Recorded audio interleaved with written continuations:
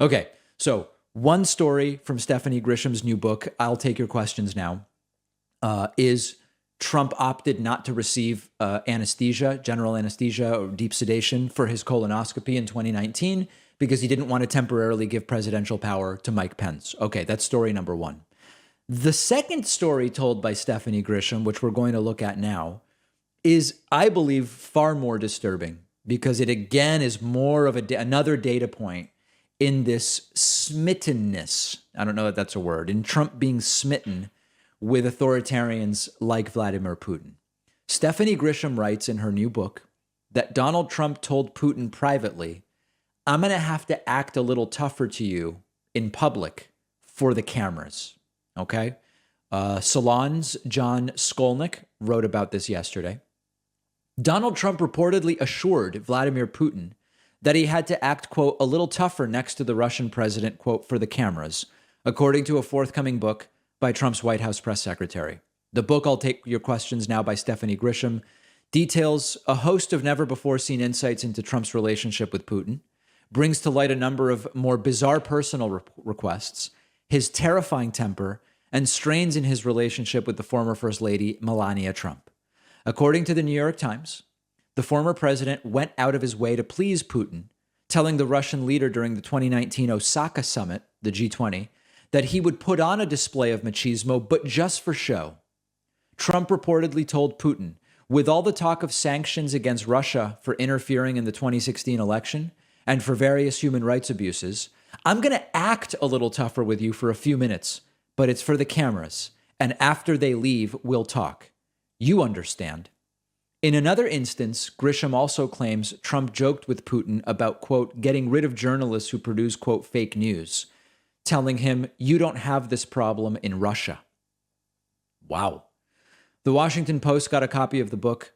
It details tensions between Trump and his wife, Melania, who, quote, unleashed her contempt for her husband amid reports that his attorney, Michael Cohen, paid adult film star Stormy Daniels to keep quiet about their affair. It was during this personal debacle that Melania reportedly grew much closer with Grisham, telling her that she didn't believe her husband's denials of the affair. Oh, please, are you kidding me? I don't believe any of that. This is the equivalent. So I don't care about the Melania stuff. Trump saying to Putin, I'm going to have to pretend to be a little tougher with you for the cameras, but we're going to talk. Everything's fine.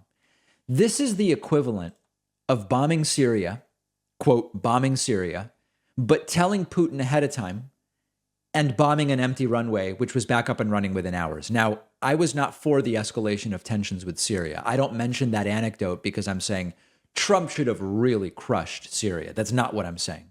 It's an example of the subservience of Trump to Putin. It's not about they were in a room together plotting this or that. We never believed that that was the case. It's not about the, quote, collusion with Russia was going to be so proactive that it was going to remove Trump. That was never the case. Go to my clips at April 2017 where I'm telling you that. This is about the level of, again, Trump being smitten with people like Putin and just enamored and sucking up to them.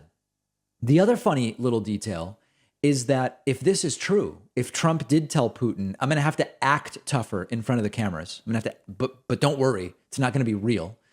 Trump didn't really act tough with Putin in front of the cameras. I think there was like, I asked him about the hacking and he said they didn't do it.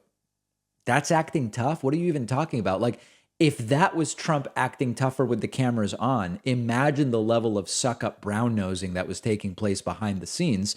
And it's just become so clear in the time since Trump has left office that Putin and the Russians, they are really good at this stuff. They really are. It's not me taking a position. It's just Putin and the Russians know a perfect mark when they see one. And Trump is just the perfect mark. This shouldn't be surprising to anybody. I saw a funny comment, which was, we've had moron presidents before. We've had cowardly presidents before. But a moron coward in Trump's configuration was really a unique combination. You could say that as far as the Grisham book goes, she's another disgruntled former person who you can't believe anything she says. Maybe. but that remains to be seen. And so far, everything that's been reported as being in her book, from the advanced copies that the New York Times and the Washington Post got, it all is very, very much on brand. We'll take a quick break. When the book is finally out, we'll have much more from it, I'm sure.